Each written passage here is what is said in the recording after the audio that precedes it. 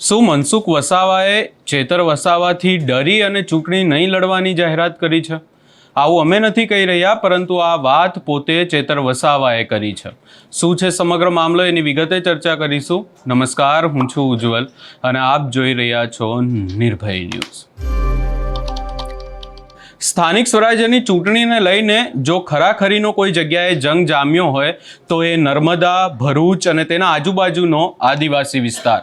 કારણ કે ત્યાં ચેતર વસાવા અને મનસુખ વસાવા હંમેશા એકબીજાની આમને સામને હોય છે અને જ્યારે ચૂંટણી આવે ત્યારે સ્વાભાવિક વાત છે કે બંને એકબીજા ઉપર આક્ષેપ પ્રત્યાક્ષેપ પણ કરશે.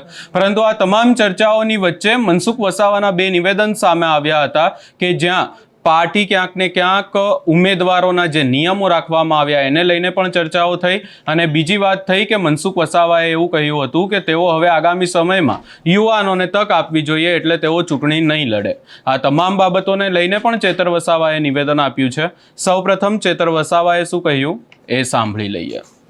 કે શરૂઆતમાં જ્યારે 2022માં અમે ગુજરાતમાં આમ આદમી પાર્ટી માં ઉમેદવારી નોંધાવી ત્યારે ગુજરાતમાં બધાનું કહેવાનું હતું કે આ તો ભાજપનો ગઢ છે, નરેન્દ્રભાઈ મોદીજી, અમિત શાહનો ગઢ છે, અહીંયા તો ત્રીજો મોરચો ના ચાલે, આમ આદમી પાર્ટી ના ચાલે. છતાં અમે વિધાનસભા લડ્યા.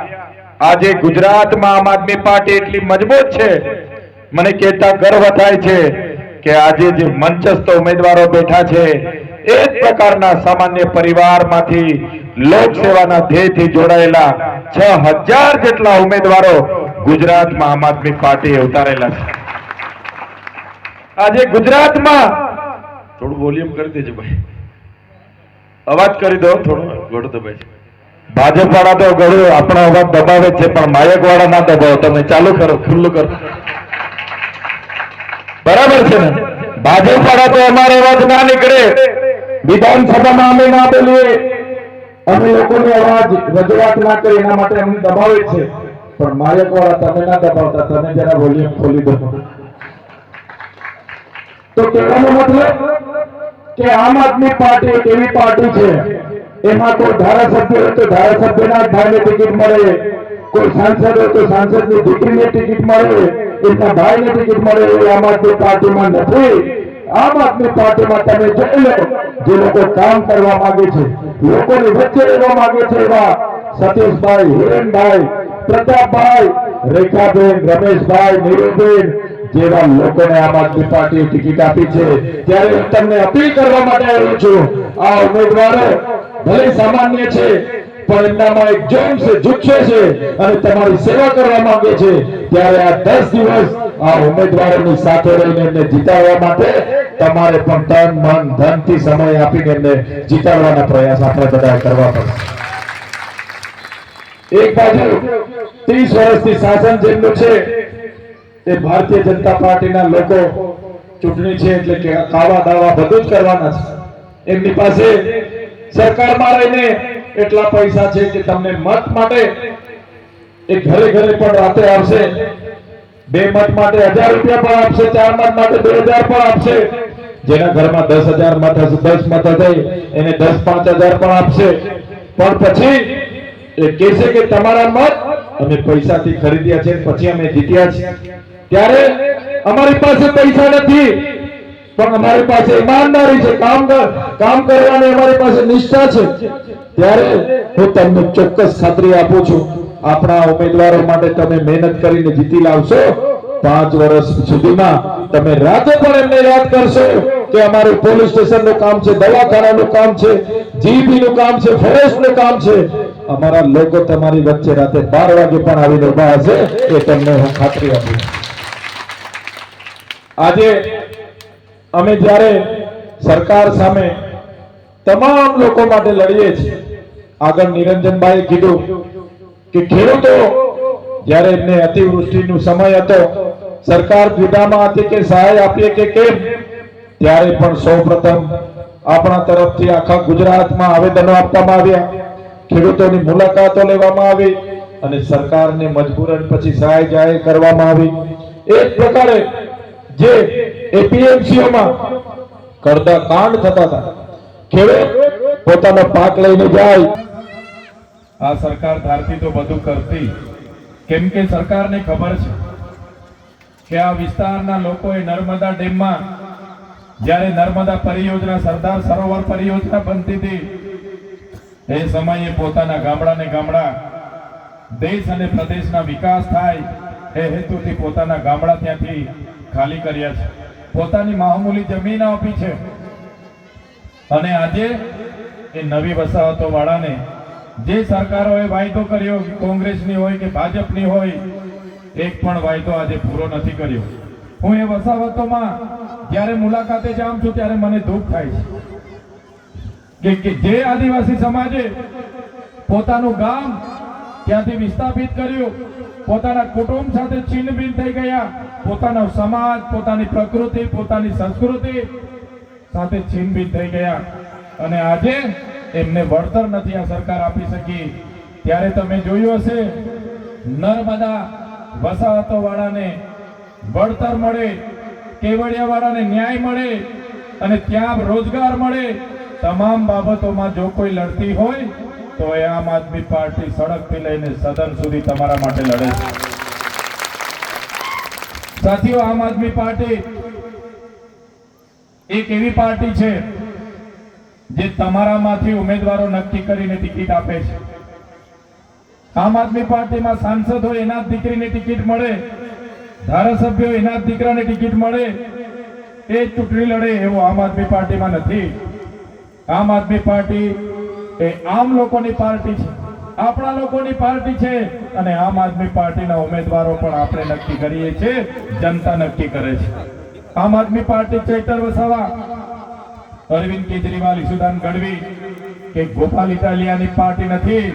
આમ આદમી પાર્ટી નીચે બેઠેલા આમ લોકોની પાર્ટી છે, આપણા લોકોની પાર્ટી છે.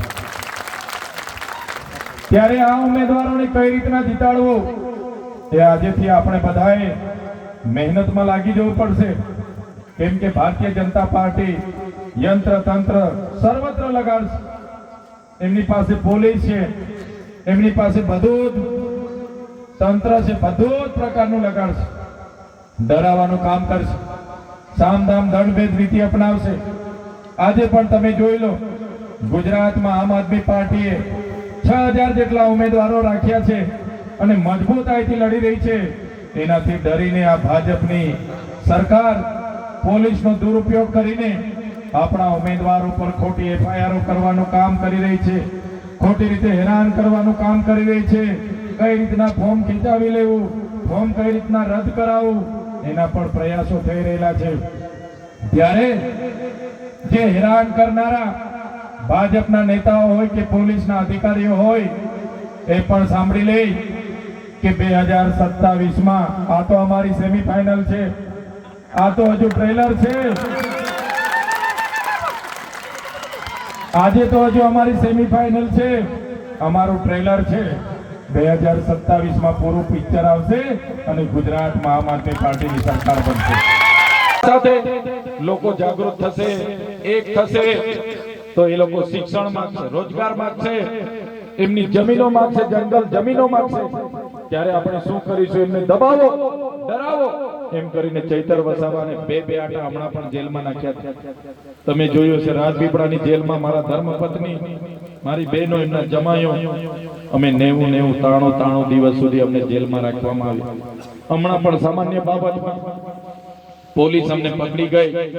અમારા નિરંજનભાઈ, આશુતોષભાઈ, અમારા વિક્રમ કાકા, બધા ગોવિંદ ગુરુજી બધા રાતે આવ્યા કે ચૈતરભાઈ નું અમે ટિફિન લાવ્યા છે, એમના કપડા લાવ્યા છે, એમને જમવાનું આપવા આવ્યા છે. 2 વાગ્યા સુધી એક બાજુ વરસાદ પડે અને પોલીસ એમને મળવા ના દીધું, કપડા ના આપવા દીધા. બીજા દિવસે મને કોર્ટમાં રજૂ કર્યો. મારા વકીલો ગેટ પર આવ્યા કે અમે વકીલ છે ચૈતરભાઈ ના, ગોપાલભાઈ થી માંડીને બધા વકીલો પગે પડે કે અમને કેસ લડવા દો. કેસ નહીં લડવા દીધો. મારા જામીન રદ કરાવવામાં આવ્યા. મને વડોદરાની સેન્ટ્રલ જેલમાં લઈ જઈને અંધારી કોટડીમાં રાખવામાં આવ્યો. તમે વિચાર કરો, એવો તો શું ગુનો કર્યો તમે? શું આદિવાસી માટે લડવું એ મારો ગુનો હતો? શું કેવડિયાવાળા માટે ઉભા રહીને લડવું એ મારો ગુનો હતો? શું અમારા યુવાનોને મારી નાખે એમને ન્યાય અપાવવો શું અમારો ગુનો હતો? નહીં. પણ તમને બધાને એક કરીને તમારા ન્યાયની વાત કરું, એ મારો ગુનો. મને એક અઠવાડિયું નહીં, એક મહિનો નહીં, 80 દિવસ આ વડોદરાની અંગ્રેજોની સેન્ટ્રલ જેલમાં મને રાખવામાં આવ્યો. મને ડરાવવામાં આવ્યો, ધમકાવવામાં આવ્યો અને મને કહેવામાં આવ્યું કે તમે કેમ કેવડિયાવાળા માટે લડો, તમે કેમ આદિવાસી માટે લડો, તમે કેમ સરકાર સામે આંદોલન કરો. ત્યારે પણ આ તમારા દીકરાએ એ ભાજપ વાળાને ત્યારે પણ જેલમાં કીધું હતું કે અમારા ભગવાન બિરસા મુંડા, અમારા પૂર્વજ, એ પણ અમારા અધિકારો માટે લડતા લડતા જેલમાં શહીદ થયા હતા. આ ચૈતર વસાવા પણ આદિવાસીના દીકરા છે. તમારી જેલોથી અમે ડરવાના નથી. એમણે કીધું કે તમને મંત્રી બનાવી દઈએ, તંત્રી બનાવી દઈએ. તમારા મંત્રી બનવાથી અમારા બંગલાઓ તો થઈ જશે, તમારા મંત્રી બનવાથી અમારી ગાડીઓ, અમારી પ્રોપર્ટી, અમારી પૈસા થઈ જશે. તમારા મંત્રી બનવાથી જે પોલીસ અમને આજે ઉચકી જાય છે એ પોલીસ સલામ કરતી થઈ જશે. પણ જે કેવડિયાના લોકોએ, જે ગરુડેશ્વરના લોકોએ આ ચૈતર વસાવા પર આટલી નાની ઉંમરે વિશ્વાસ મૂક્યો છે, મારા પર જે ભરોસો મૂક્યો છે કે આ અમારા માટે લડશે, આ અમારા માટે લડશે, એ ભરોસો મેં ક્યારે તોડવા નથી માંગતો. આજે જે મારી માતાઓએ, મારા બહેનોએ જે ફૂલહાર લઈને અમારું સ્વાગત કર્યું, એ જ અમારી મૂડી છે, એ જ અમારી તાકાત છે, એ જ અમારા પૈસા છે. ત્યારે સાથીઓ, બસ અમને તમારા પર વિશેષ અપેક્ષાઓ નથી, પણ આજે અમારા સાથી ઉમેદવાર ધમાભાઈ, શકુંતલાબેન, આશુતોષભાઈ અને બધા જ લોકો બહુ મોટી અપેક્ષા લઈને અમે તમારી વચ્ચે આવ્યા છીએ. 5 વર્ષથી આપણે અનેક મુદ્દે બધા સાથે લડીએ છીએ. હવે લોકશાહીમાં તમારા પર મતનો અધિકાર છે. તમારો એક એક મત ખરીદવા માટે આ લોકો આવશે, ઘરે ઘરે આવશે ને 500 રૂપિયા આપશે કે તમારા મત અમને આપજો. 2000 રૂપિયા આપશે, 5000 રૂપિયા આપશે. એ મત આપજો, મત આપજો, મત આપજો.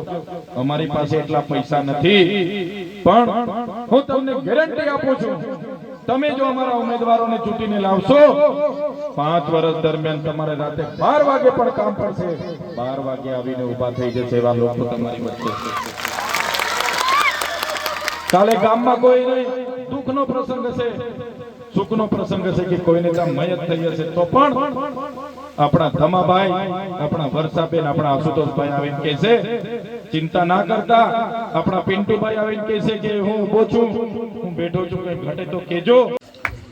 તમને બધાને ખબર છે કે તાલુકા જિલ્લાની ચૂંટણી જાહેર થઈ છે, ઉમેદવારી ફોર્મો પણ ભરાઈ ગયેલા છે અને એના પ્રચારના ભાગરૂપે અલવા ગામે અમે આવ્યા છે. ત્યારે અહીં ઉપસ્થિત મારી સાથે જેમણે હમણાં ખૂબ સારું વક્તવ્ય આપ્યું એવા નર્મદા જિલ્લા આમ આદમી પાર્ટીના પ્રમુખ નિરંજનભાઈ વસાવા, સાથે ઉપસ્થિત આપણી જે દેવલિયા જિલ્લા પંચાયત બેઠક આવે છે એના ઉમેદવાર સુરેશભાઈ, સાથે આપણી જે તાલુકા બેઠક છે એના ઉમેદવાર અસ્મિતાબેન, સાથે ગરુડેશ્વર તાલુકાના મારી સાથે પધારેલા આગેવાનો, અગરથી પધારેલા અમારા ઉમેદવાર શ્રી અને તમામ અહીં ઉપસ્થિત ગામના અને આજુબાજુ ગામના વડીલો, યુવાનો, માતા બહેનો, ભૂલકાઓ, બધા માટે એકવાર આપણે જોરદાર તાળીઓ પાડી લઈશું. આપ સૌ જાણો છો કે આપણે બધા 30 વર્ષ સુધી ભાજપની સરકાર આપણે લાવ્યા છે અને ભાજપ એક હતું શાસન.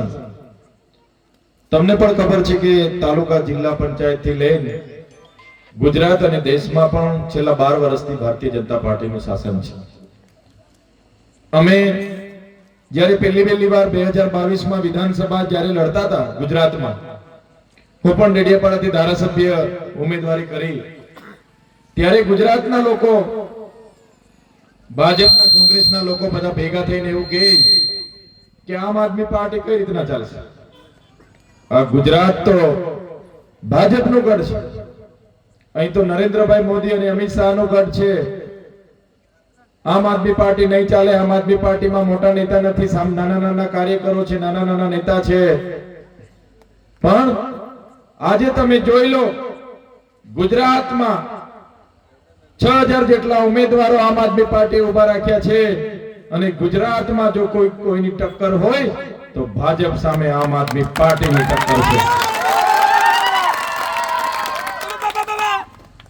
ભાજપ આજે બોખલાઈ ગયું છે, ડરી ગયું છે. 2 દિવસ પહેલા અમારા વિસ્તારના સિનિયર સાંસદે કીધું કે ભાજપ અમારા ઉમેદવારોને કારણે હારી ગઈ છે, હારી રહી છે. હમણાં ગઈકાલે એમણે કીધું કે મેં આજેથી જાહેરાત કરું છું, હું ચૂંટણી નથી લડું. આ એક ડર બતાવે છે, આ એક આમ આદમી પાર્ટીનો ડર બતાવે છે કે આમ આદમી પાર્ટી ગુજરાતમાં માત્ર ચાલવાની વાત નહીં, આમ આદમી પાર્ટી આજે ગુજરાતમાં દોડીને આગળ વધી રહી છે. તમે આપણા ઉમેદવાર અસ્મિતાબેનને જુઓ, સુરેશભાઈને જુઓ, આ ચૈતરભાઈને જુઓ. અમારા પરિવારમાં જ્યારે ભાજપના લોકો હોય, કોંગ્રેસના લોકો હોય, જેના ઘરમાં ધારાસભ્ય એના જ ઘરમાં જિલ્લાની ટિકિટ આપવામાં આવે, જેના ઘરેથી સાંસદ હોય એની જ દીકરીને તાલુકાની ટિકિટ આપવામાં આવે, ત્યારે આમ આદમી પાર્ટી એ સામાન્ય જનતાની પાર્ટી છે, આમ જનતાની પાર્ટી છે. ચૈતર વસાવા, અરવિંદ કેજરીવાલજી, ગોપાલ ઇટાલિયાજી કે સુદાન ગઢવીજીની પાર્ટી નથી. આમ આદમી પાર્ટી તમારા જેવા સામાન્ય લોકોની પાર્ટી છે. સામાન્ય ઉમેદવારને ઉભા રાખીએ, અમે સામાન્ય માણસને ઉભા રાખીએ છીએ. જે માણસ તમને રસ્તે ચાલતા પૂછે કે ક્યાં ગયા હતા, સુખે દુખે તમારી ખબર અંતર લે, નાના માણસને જવાબ આપે, એવા અમારા સુરેશભાઈ હોય, અમારી અસ્મિતાબેન હોય, એમને આ ચૂંટણીમાં સહકાર આપવા માટે અને એમને જીતાડવાની હવે જવાબદારી તમારે લેવાની છે. હું આજે તમને વિનંતી કરવા આવ્યો છું, ક્યાંય આપણા બેન એકલા ના પડે, એટલા માટે તમામ માતાઓને વિનંતી છે. મહેનત થયેલી છે, 10 મિનિટ આવજો, પણ ચૈતર વસાવા પર તો પ્રતિબંધ છે. તેનું મને દુઃખ છે, મારા લોકોના સુખ દુઃખમાં નથી હાજર આપી શકતો, એનું મને દુઃખ છે. પણ મને આનંદ એ વાતનો છે કે ડેડિયાપાડાની જનતા એ બતાવી દીધું. દેશના વડાપ્રધાન ડેડિયાપાડા આવ્યા હતા, એમના કાર્યક્રમમાં ડેડિયાપાડાની જનતા નહીં ગઈ, એમના અધિકારીઓ 12,000 હતા, એમના પોલીસો બધા થઈને 10,000 હતા, અને માત્ર ને માત્ર 5-7,000 જનતા ત્યાં ગઈ. અને ચૈતર વસાવાએ પ્રેમથી બધાને હાથ જોડીને કીધું કે આપણે નેત્રંગમાં ભેગા થવાનું છે, અને ચૈતર વસાવાની વિનંતી બધાએ સ્વીકારી લીધી, અને અમારી પ્રેમની નેત્રંગ ખાતેની સભા લાખોમાં થઈ ગઈ. આ ચૈતર વસાવે કમાવેલી ઇજ્જત. આજે નરેન્દ્રભાઈ મોદી ત્યાં આવી અને આદિવાસીઓના બાળકોના ફૂડ બિલના 100 કરોડ રૂપિયાનો ધુમાડો કર્યો, દિવાળી કરી. ત્યારે મને થયું કે આ ડેડિયાપાડાના પ્રોગ્રામનો ખર્ચો કોણે કર્યો? મેં જિલ્લા સંકલનમાં પૂછ્યું કલેક્ટરને. કલેક્ટરે લેખિતમાં માહિતી આપી કે આ ખર્ચો આદિજાતિ વિકાસ વિભાગના બજેટમાંથી કર્યો. જે બાળકોના આંગણવાડી માટે પૈસા હતા, શાળા માટે પૈસા હતા, એમના આંગણવાડીના ગરમ નાસ્તા માટે પૈસા હતા, આશ્રમ શાળાના ફૂડ બિલના પૈસા હતા, સિકલ સેલના પૈસા હતા, ટીબીથી પીડાતા દર્દીઓના પૈસા હતા, જે લોકોને એનેમિયા થયેલા એવા કુપોષણના પૈસા હતા. એ પૈસાના તાઇફા અને દિવાળી ભાજપના લોકો કરી ગઈ. મેં કલેક્ટરને કીધું નરેન્દ્રભાઈ મોદી આવે, મને કોઈ વાંધો નથી, દેશના વડાપ્રધાન શ્રી આવે જાય, પણ એ આવતા હોય તો સાંસદના ઘરેથી તમે 200 કરોડ રૂપિયા ખર્ચો કરો, ચૈતર વસાવાને વાંધો નથી. મુખ્યમંત્રીના ઘરેથી તમે 500 કરોડનો ખર્ચો કરો, ચૈતર વસાવાને વાંધો નથી. તમારે ભારતીય જનતા પાર્ટીના 10,000 કરોડમાંથી 1,000 કરોડનો ખર્ચો કરો, ચૈતર વસાવાને વાંધો નથી. પણ આદિવાસીના કુપોષિત બાળકોના ખોરાકના પૈસા તમે દિવાળી કરો, એ ચૈતર વસાવા ચલાવવાના નથી. મેં સખત વિરોધ કર્યો વિધાનસભામાં. આજે વિધાનસભામાં અમે આદિવાસીઓ માટે લડીએ એટલે વિધાનસભા લાઈવ કરવામાં નથી આવતી. આજે વિધાનસભામાં જે લોકો આવે છે તે જાણે છે, એટલે કહેવાનો મતલબ સડકથી લઈને વિધાનસભા સુધી હર હંમેશ અમે લડીએ છીએ તમારા માટે. બસ તમારો સહકાર જોઈએ, કેમ કે હાલમાં હું એકલો ચૂંટાયેલો ધારાસભ્ય છું. એક બાજુ સરકાર છે, એમની પોલીસ છે, આર્મી છે, એસઆરપી છે, કોર્ટ કચેરી એમની છે, કલેક્ટર એમના છે, એસપી એમના છે. હું એકલો માણસ, નાનો માણસ ના પહોંચી વળું. એટલા માટે આવનારા દિવસોમાં તમારે તાલુકા અને જિલ્લા પંચાયતના ઉમેદવારને જીતાડવા માટે તમારે સમય કાઢવો પડશે, આજુબાજુના વિસ્તારમાં જવું પડશે, બધાને ફોન કરવા પડશે, કહેવું પડશે કે એક મોકો આપણે આમ આદમી પાર્ટીને લાવવાનો છે. અમારા વતી તમને અપીલ છે કે તમે તો છો જ, પણ આજુબાજુ વિસ્તારોમાં પણ તમે કહેજો કે 30 વર્ષ ભાજપને આપ્યા છે, આપણે થાકી ગયા છે.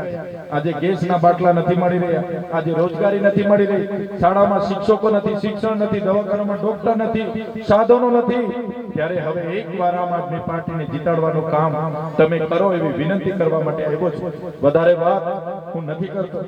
આજે અમે આવ્યા છે ત્યારે ફરી એકવાર તમારો એક એક મત અમારા ઉમેદવારો માટે કિંમતી છે. એક એક મત ભેગો કરીને આજુબાજુમાં બધા જ લોકોને કહીને આમ આદમી પાર્ટીને જીતાડીને લાવો એ વિનંતી કરું છું. આજે આવ્યા અમે ગામના વડીલો, આજુબાજુ ગામના વડીલો, માતાઓ, બહેનો, ભૂલકાઓ, બધા જ લોકો જમવાનું ભૂલીને જમવાનો સમય હોય તો પણ જમવાનું છોડીને બધા આવ્યા, અમારું સ્વાગત કર્યું, સન્માન કર્યું અને અમને શાંતિથી સાંભળ્યા. અને તમારી ઉપસ્થિતિ બતાવે છે કે તમારો બધાના આશીર્વાદ એ અમારી સાથે છે અને એ જ અમારી તાકાત છે, એ જ અમારી હિંમત છે. આ જ પ્રકારના તમારા આશીર્વાદ, તમારો સહકાર અમારી સાથે રહે એ વિનંતી સાથે બધાનો ખૂબ ખૂબ આભાર માની વિનમું છું. ધન્યવાદ. જય આદિવાસી, જય જોહાર.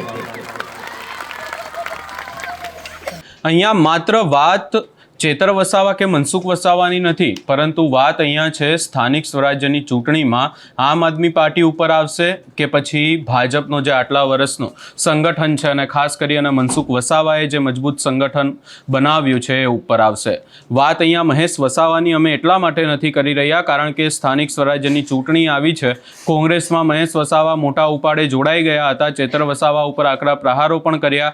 ચેતર વસાવાને ડેડિયાપાડામાં ટક્કર આપશે એવી પણ ચર્ચાઓ થઈ રહી હતી, પરંતુ મહેશ વસાવા કોઈ પણ જગ્યાએ જોવાતા જ નથી. ના તેઓ કોઈ રેલી નીકાળી રહ્યા છે, ના સ્થાનિક સ્વરાજ્યની ચૂંટણીને લઈને મહેશ વસાવા કોઈ નિવેદન આપી રહ્યા છે. એટલે મહેશ વસાવાની ચર્ચા અહીંયા એટલા માટે પણ નથી થઈ રહી, પરંતુ ચર્ચા થઈ રહી છે મનસુખ વસાવા અને ચેતર વસાવાની. અને ચેતર વસાવાએ સ્પષ્ટ કહી દીધું છે કે આટલા સિનિયર સાંસદ પણ ચૂંટણી લડવાની ના કહે છે, એટલે હવે ભાજપને ક્યાંક ને ક્યાંક આમ આદમી પાર્ટીથી એ વિસ્તારમાં તો ડર લાગી રહ્યો છે. અને વિકાસના કામોની પણ ચર્ચા કરવી જરૂરી છે, કારણ કે નેતાઓના વર્ચસ્વ કરતાં વિકાસ કેટલો થયો છે એ જાણવું જરૂરી છે. અને ચેતર વસાવા સતત વિરોધ કરી રહ્યા છે, ખાસ કરી અને રોડ રસ્તાના પ્રશ્નોને લઈને. જૂના રાજમાં પણ ચેતર વસાવાએ રોડ રસ્તાના પ્રશ્નોને લઈને વિરોધ કર્યો હતો. ત્યારબાદ એવું પણ કહેવામાં આવી રહ્યું છે અને ચેતર વસાવા જ્યારે વિધાનસભાનું સત્ર ચાલી રહ્યો હતો ત્યારે મનસુખ વસાવાના વિસ્તારનો રોડ ચેતર વસાવાએ વિધાનસભામાં મંજૂર કરાવ્યો હતો. એટલે આ તમામ પણ મુદ્દાઓ છે કે જેને લઈ અને ક્યાંક ને ક્યાંક ચેતર વસાવાએ વિસ્તારમાં વિકાસના મુદ્દાઓમાં પણ આગળ ચાલી રહ્યા છે. હવે જોવાનું રહેશે કે શું નિર્ણય આવે છે, કારણ કે ચેતર વસાવાને ડેડિયાપાડામાં જવાની મનાઈ છે એ પણ એક મોટો પ્રશ્ન છે. અને બીજી તરફ ચેતર વસાવા ત્યાં નથી જઈ શકતા, પરંતુ ડેડિયાપાડામાં એવું કહેવાય છે કે ચેતર વસાવાની પકડ છે અને ચેતર વસાવા હવે ડેડિયાપાડામાં ભલે ના જઈ શકે, પરંતુ એના આજુબાજુના વિસ્તારમાં જઈને આમ આદમી પાર્ટીને ઉપર લાવી રહ્યા છે. આ સમગ્ર જે રાજકારણ હાલ ગરમાયું છે એને લઈ તમારો શું અભિપ્રાય છે એ અમને કમેન્ટ કરી જરૂર જણાવશો ને અમારી ચેનલ નિર્ભય ન્યૂઝને લાઇક, શેર, સબસ્ક્રાઇબ કરવાનું ભૂલશો નહીં.